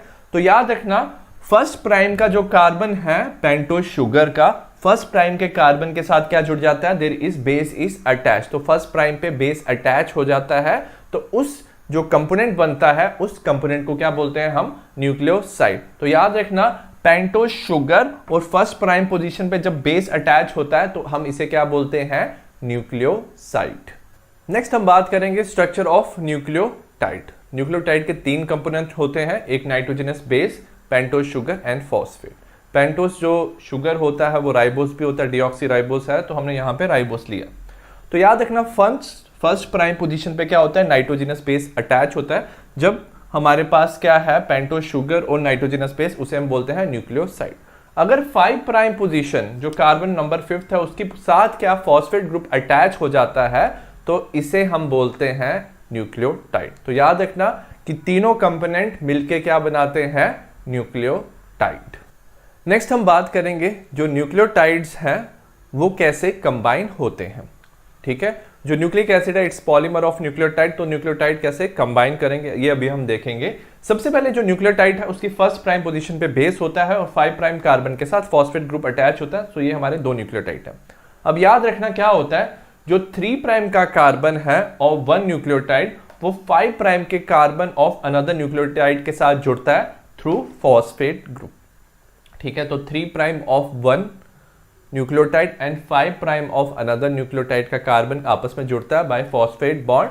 तो इन दोनों के बीच में ये फॉस्फोर का बॉन्ड बन जाता है और इस बॉन्ड को जो 3 prime of 1 and 5 prime of another इसे बोलते हैं, याद रखना 3 प्राइम और 5 प्राइम में बनता है हमारा फॉस्फोडाइएस्टर लिंकेज। तो 3 प्राइम और 5 प्राइम का होता है फॉस्फोडाइएस्टर लिंकेज। तो ऐसे ही हमारा 3 प्राइम 5 प्राइम 3 प्राइम 5 प्राइम से हमारा क्या बनता है, एक लंबा सा चेन बनता है ऑफ न्यूक्लियोटाइड। अब इंपॉर्टेंट पॉइंट अगर हम नोटिस करें कि 3 प्राइम का OH और ये 5 प्राइम का फॉस्फेट ग्रुप आपस में बॉन्ड बनाते हैं, ठीक है। जब हमारे पास एक लंबा सा चेन बन गया, सपोज एक लॉन्ग चेन बन गया, याद रखना लॉन्ग चेन में जो सबसे पहले वाला न्यूक्लियोटाइड होगा, ठीक है, जो सबसे पहला वाला न्यूक्लियोटाइड होगा उसका जो फॉस्फेट ग्रुप है उसका सिर्फ एक तरफ से बॉन्ड होगा, तो उसका फॉस्फेट ग्रुप क्या होगा, फ्री होगा। तो उस एंड को क्या बोलते हैं, 5 prime end of the chain, ठीक है। तो जब हमारी चेन ऑफ न्यूक्लियोटाइड बनेगी तो याद रखना कि 5 प्राइम एंड क्या होता है, फ्री होता है, उसमें क्या होता है, free phosphate group is present. और जो सबसे लास्ट वाला न्यूक्लियोटाइड होगा, लास्ट वाले न्यूक्लियोटाइड में क्या होगा, जो OH है 3 प्राइम पोजीशन का OH ग्रुप क्या होगा, वो फ्री होगा, उसको बोलते हैं 3 prime end of the chain. तो कभी भी न्यूक्लियोटाइड की ऐसे चेन बनाई है तो 5 प्राइम रिप्रेजेंट करता है फॉस्फेट ग्रुप को जो फ्री फॉस्फेट ग्रुप है, और जो 3 प्राइम है वो रिप्रेजेंट करता है free OH group of the nucleotide. अभी हमने बताया था जो न्यूक्लियोटाइड्स है how they are connected. When there are large number of nucleotides, जब काफी न्यूक्लियोटाइड्स आर अटैच उसे बोलते हैं न्यूक्लिक एसिड। हमने अभी पढ़ा था कि शुगर के साथ बेस अटैच होता है 1 प्राइम पोजीशन पे, और 2 शुगर कैसे अटैच होते हैं, बाय ए फॉस्फेट ग्रुप। तो जब ये चीज जैसे शुगर बेस और फॉस्फेट ग्रुप बार बार रिपीट होता है, okay, so there is a long chain, उसे हम क्या बोलते हैं, we call it as nucleic acid और पॉलीन्यूक्लियोटाइड। तो जब भी आप ये चेन बनाते हो, फिर से मैंने बता रहा हूं, जो 5 प्राइम एंड है वो रिप्रेजेंट करता है फ्री फॉस्फेट ग्रुप, और जो 3 प्राइम ग्रुप है वो क्या रिप्रेजेंट करता है, फ्री OH ग्रुप। और इंपॉर्टेंट चीज याद रखना कि ये जो बैकबोन बनती है, जो हम डीएनए का लाइंस बनाते हैं, वो किसका बनता है? शुगर एंड फॉस्फेट के। और जो बेसिस होती हैं वो बेसिस क्या होती हैं? फ्री होती हैं आउटसाइड द चेन। ठीक है, तो ये जो एक चेन बनता है that is made up of sugar and phosphate. हम बात करेंगे स्ट्रक्चर ऑफ न्यूक्लिक एसिड। इसके दो लेवल होते हैं। सबसे पहले होता है प्राइमरी लेवल। प्राइमरी लेवल क्या होता है? जब आपको पता है information regarding sequence of nucleotide, जो न्यूक्लियोटाइड की सीक्वेंस है आप डिटेक्ट कैसे करते हैं? On the basis of basis. ठीक है, आपके पास कौन कौन सी बेस अटैच है, एडेनिन, थायमिन, गुआनिन, साइटोसिन और यूरासिल में कौन कौन सी बेस सीक्वेंस अटैच है। So on the basis of this आप क्या बता सकते हो? Primary structure. अब हम बात करेंगे सेकेंडरी स्ट्रक्चर ऑफ डीएनए। काफी इंपॉर्टेंट स्ट्रक्चर है, इसे बोलते हैं हम double helix structure of DNA. ये दिया था James Watson and Francis Crick ने। इसमें क्या होता है? डीएनए के दो स्ट्रैंड्स होते हैं। ठीक है, एक होता है 5 प्राइम टू 3 प्राइम और दूसरा क्या होता है? 3 prime to 5 prime. 5 prime to 3 prime normal strand होता है और जो रिवर्स में स्ट्रैंड होता है उसे बोलते हैं हम एंटी पैरेलल। तो एक स्ट्रैंड को हम बोलते हैं पैरेलल है, दूसरा स्ट्रैंड क्या है? Anti parallel. तो ये जो दोनों स्ट्रक्चर हैं वो हेलिक्स शेप में होते हैं। अब इंपॉर्टेंट चीज क्या है कि दोनों के जो बेसिस हैं वो आमने सामने आ जाते हैं। ठीक है, एक न्यूक्लियोटाइड चेन और दूसरे न्यूक्लियोटाइड चेन की जो बेसिस हैं they come opposite each other. As a result याद रखना क्या होता है? There are two strands which are complementary. इनकी जो बेसिस है वो आपस में क्या बनाते हैं? Hydrogen bonding. ठीक है, अब याद रखना जो एडेनिन है वो थायमाइन के साथ हाइड्रोजन बॉन्डिंग बनाते हैं। It will form 2 hydrogen bond and guanine cytosine के साथ क्या बनाएंगे? 3 hydrogen bond. So as a result ये जो स्ट्रक्चर है काफी स्टेबल होता है। और हमेशा याद रखना कि अगर एक तरफ गुआनिन है तो सामने क्या होगा? साइटोसिन ही होगा। This is law of complementary. और अगर यहाँ पे एडेनिन है, यहाँ पे थायमिन होगा, cytosine, guanine, adenine, thymine, thymine, adenine. तो ये जो हमेशा जो अरेंजमेंट होगा दैट इज ऑलवेज कॉम्प्लीमेंट्री। और जो एडेनिन है वो 2 बॉन्ड बनाएगा थायमिन के साथ, गुआनिन बनाएगा 3 hydrogen bond. As a result जो डीएनए है वो काफी क्या होता है? स्टेबल होता है। हम बात करेंगे सेकेंडरी स्ट्रक्चर ऑफ आरएनए। जो आरएनए होता है उसका जो सेकेंडरी स्ट्रक्चर है वो हेलिक्स फॉर्म होता है। और याद रखना RNA mostly is present as single stranded. तो आरएनए सिंगल स्ट्रैंडेड होता है। ठीक है, so there is no complementary and there is no hydrogen bond formation. तो ये सिंगल स्ट्रैंडेड होता है। और याद रखना हाइड्रोजन जो आरएनए के मॉलिक्यूल्स हैं वो 3 तरह के होते हैं। एक होता है हमारा मैसेंजर आरएनए, इसे बोलते हैं एमआरएनए। एक होता है ribosomal RNA called as rRNA. और थर्ड टाइप होता है हमारा transfer RNA called as tRNA. ठीक है, तो ये था हमारा स्ट्रक्चर ऑफ आरएनए। तो ये जो चैप्टर है बायोमोलिक्यूल्स कंप्लीट होता है। आई होप आपको समझ आया हो। So see you in the next class. Bye.